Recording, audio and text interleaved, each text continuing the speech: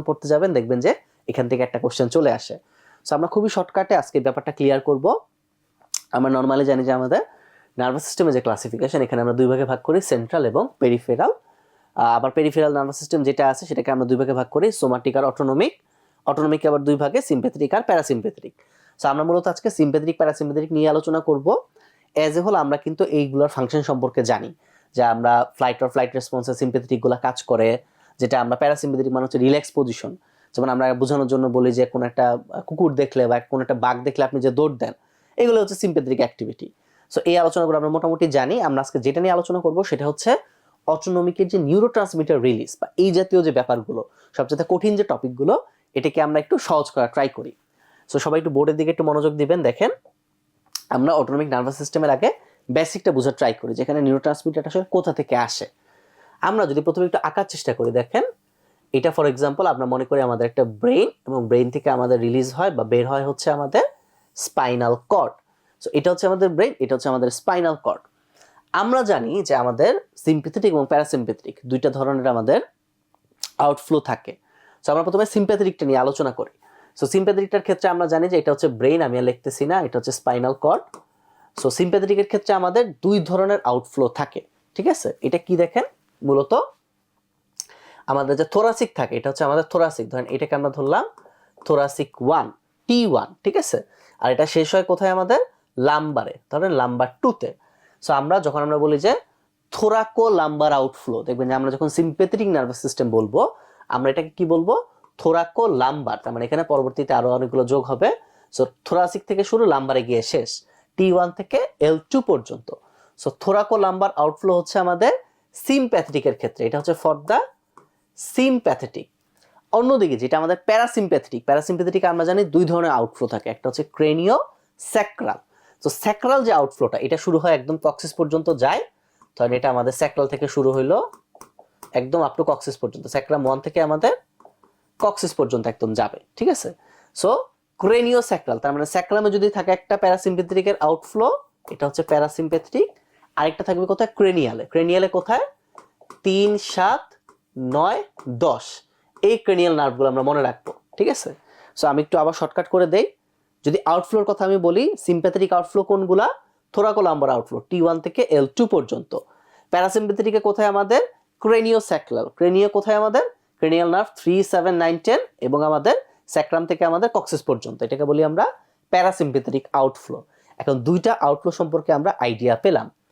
এখন আমরা কিছু গ্যাংলিয়ন বা কিছু চেইন সম্পর্কে জানবো। যেমন দেখেন, সিম্প্যাথেটিক নার্ভাস সিস্টেমের যে গ্যাংলিয়ন বা সিম্প্যাথেটিক যে চেইন, এইটা অ্যাকচুয়ালি থাকে হচ্ছে আমাদের এই প্যারাভার্টিবাল রিজিয়নগুলোতে। তার মানে কি, একদম কাছাকাছি। খেয়াল করেন, এই সিম্প্যাথেটিক যে সিস্টেমটা আছে, এটার ভার্টিবার কাছাকাছি।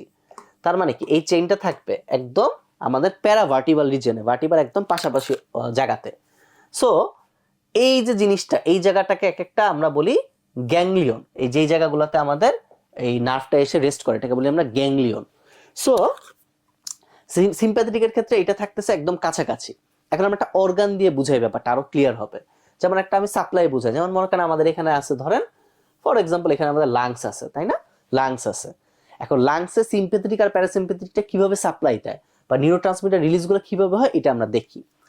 মনে করেন এটা হচ্ছে আমাদের সিম্প্যাথেটিক নার্ভাস সিস্টেম ছিল, এটা হচ্ছে আমাদের একটা গ্যাংলিয়ন। তো সিম্প্যাথেটিক গ্যাংলিয়নের ক্ষেত্রে এই ধরেন থোরাসিক থেকে একটা আমাদের নার্ভ বের হইলো, এটা এসে আমার সিনাপস করলো কোন জায়গাতে, এটা গ্যাংলিয়ন করলো এখানে। সো গ্যাংলিয়ন করার পর এটা পরবর্তীতে কি হবে, সাপ্লাই চলে যাবে আমাদের এফেক্টর অর্গানে বা লাংসের ক্ষেত্রে, এটা আমরা লাংস মনে রাখি। সো খেয়াল করেন, আমাদের এটা হচ্ছে গ্যাংলিয়ার জায়গা, তাই না? সো গ্যাংলিয়ার যে আগেরটা, এটাকে আমরা বলতে পারি কি, প্রিভার্টিবাল রিজিয়ন। আর এই পরের যে জায়গাটা, এটাকে বলবো আমরা পোস্ট ভার্টিবাল বা পোস্ট, যেটা আছে ভার্টিবার যে পরের জায়গাটা। সো প্রি গ্যাংলিয়ন আর হচ্ছে পোস্ট গ্যাংলিয়ন।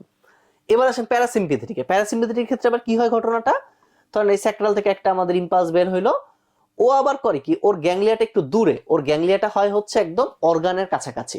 তার মানে কি, এটা এই জায়গাটাকে আমরা বলবো গ্যাংলিয়া, এইটা হবে আমাদের পোস্ট গ্যাংলিয়া, গ্যাংলিয়ার জায়গা, এবং আগেরটা হবে কি আমাদের প্রি গ্যাংলিয়া। এটা হচ্ছে প্রি গ্যাংলিয়া, এটা হচ্ছে আমাদের পোস্ট গ্যাংলিয়া। সো খেয়াল করেন, যখন প্যারাসিম্প্যাথেটিকটা বলতেছি, প্যারাসিম্প্যাথেটিকের ক্ষেত্রে দেখেন প্রি গ্যাংলিয়ন যেটা, এটা অনেক বড়, কিন্তু এটার সাইজ বড়, ডাইমেনশন বড়, লেন্থ বড়। কিন্তু পোস্ট গ্যাংলিয়নটা ছোট। কেন ছোট? কারণ এটার গ্যাংলিয়াটা একদম আমাদের ইফেক্টর অর্গানের কাছাকাছি। অন্যদিকে যেটা আমাদের সিম্প্যাথেটিক নার্ভাস সিস্টেম ছিল, এটার ক্ষেত্রে প্রি গ্যাংলিয়ন যে প্রি গ্যাংলিয়নিক ফাইবার, এটা হচ্ছে খুব ছোট, একদম সিম্প্যাথেটিক চেইনের প্যারাভার্টিবাল রিজিয়নে আছে। কিন্তু যেটা পোস্ট গ্যাংলিয়নিক সেটা আবার অনেকটা বড়, তাই না? এখন আসলে সবচেয়ে কনফিউজিং যেটা নিউরোট্রান্সমিটার রিলিজ। আমি দেখেন 3 জায়গায় অ্যাসিটাইল কোলিন লিখতেছি। আমি এখানে এসিএইচ লিখলাম, অন্য কালি দিয়ে লিখি। আমি এখানে এসিএইচ লিখলাম। আচ্ছা, আমি প্রি গ্যাংলিয়নের এখানে এসিএইচ লিখলাম, আমি প্যারাসিম্পেথেটিকের এখানে এসিএইচ লিখলাম, আমি প্যারাসিম্পেথেটিকের প্রি পোস্ট দুই জায়গাতে এসিএইচ লিখলাম। এসিএইচ মানে হচ্ছে অ্যাসিটাইল কোলিন। আর যেটা ছিল আমাদের এই সিম্প্যাথেটিকের প্রি গ্যাংলিয়নিক, ওইখানে আমি অ্যাসিটাইল কোলিন লিখলাম। কিন্তু আমি দেখেন এই জায়গাটা ফাঁকা রাখছি, তার মানে এই জায়গাটা কোনটা? সিম্প্যাথেটিক চেইনের যে পোস্ট গ্যাংলিয়নিক ফাইবার, ওই জায়গাটাতে আমি অন্য একটা কথা লিখবো। কি লিখবো দেখেন, এখানে আমি লিখবো অ্যাড্রেনালিন। সো এই জায়গাতে আমি বলবো কি? অ্যাড্রেনালিন। সো এই যে অ্যাড্রেনালিন, এটা তাহলে আমাদের কোন জায়গায় থাকতেছে? সিম্প্যাথেটিক পোস্ট গ্যাংলিয়নিক ফাইবারে। এইটা আবার একটা এক্সেপশন আছে। এক্সেপশনটা কি? এইটা হচ্ছে 3 জায়গায় এক্সেপশন থাকবে। কোন কোন জায়গায়? সোয়েট গ্ল্যান্ড, স্কেলেটাল মাসল এবং ব্লাড ভেসেলের ক্ষেত্রে 3 জায়গাতে। সো ইউজুয়ালি আমাদের পোস্ট গ্যাংলিয়নিক সিম্প্যাথেটিক ফাইবারের সাপ্লাই হচ্ছে কোন নিউরোট্রান্সমিটার দ্বারা? অ্যাড্রেনালিন দ্বারা। এক্সেপ্ট কোন কোন জায়গায়? 3 জায়গাতে, স্কেলেটাল মাসল, সোয়েট গ্ল্যান্ড এবং ব্লাড ভেসেল। এই জায়গাগুলোতে তাহলে কি দিয়ে সাপ্লাই পাবে? ওই আগের জিনিস অ্যাসিটাইল কোলিন।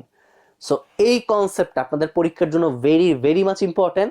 প্রত্যেকটা এন্ট্রান্স পরীক্ষাতে ফার্মাকোলজির পোর্শন, ফিজিওলজির পোর্শনে এই একটা কোশ্চেন আপনারা পাবেন। সো আমি যদি আপনাদেরকে ইন শর্ট করে বুঝাইতে চাই, এই হেজি ছবিটা আপনারা যদি একটু মাথায় রাখতে পারেন, যে সিম্প্যাথেটিকের আমাদের প্রি গ্যাংলিয়নিক ফাইবারটা শর্ট হবে, পোস্ট গ্যাংলিয়নিকটা অনেক লং। অন্যদিকে প্যারাসিম্প্যাথেটিকের ক্ষেত্রে প্রি গ্যাংলিয়নিক ফাইবারটা অনেক বড়, পোস্ট গ্যাংলিয়নিকটা অনেক শর্ট। নিউরোট্রান্সমিটারের কথা যদি আমি বলি, প্রি গ্যাংলিয়নিক সিম্প্যাথেটিক ফাইবারটা হচ্ছে অ্যাসিটাইল কোলিন, পোস্ট গ্যাংলিয়নিক যেটা সিম্প্যাথেটিক ফাইবার, এটার ক্ষেত্রে হচ্ছে অ্যাড্রেনালিন। এক্সেপ্ট হচ্ছে কোন কোন জায়গা? সোয়েট গ্ল্যান্ড, স্কেলেটাল মাসল আর ব্লাড ভেসেল। প্যারাসিম্প্যাথেটিকে চলে আসি। প্যারাসিম্প্যাথেটিকের যে প্রি গ্যাংলিয়নিক ফাইবার, এটা সাপ্লাই হচ্ছে নিউরোট্রান্সমিটারের নাম অ্যাসিটাইল কোলিন। অন্যদিকে এই গ্যাংলিয়ার পরের যে জায়গাটা, সেটাকে আমরা বলতেছি পোস্ট গ্যাংলিয়নিক ফাইবার, এখানে সাপ্লাই হচ্ছে কোন নিউরোট্রান্সমিটার? Acetyl choline. সো এইভাবে যদি মনে রাখতে পারেন, আমি আশা রাখি কোনো পরীক্ষাতে আপনারা ভুল করবেন না এবং এই রিলেটেড কোশ্চেনগুলো আপনারা সবগুলো অ্যান্সার করতে পারবেন। সো সবাইকে আমি ওয়েলকাম করছি আমাদের সিন্যাপসের ক্লাসে।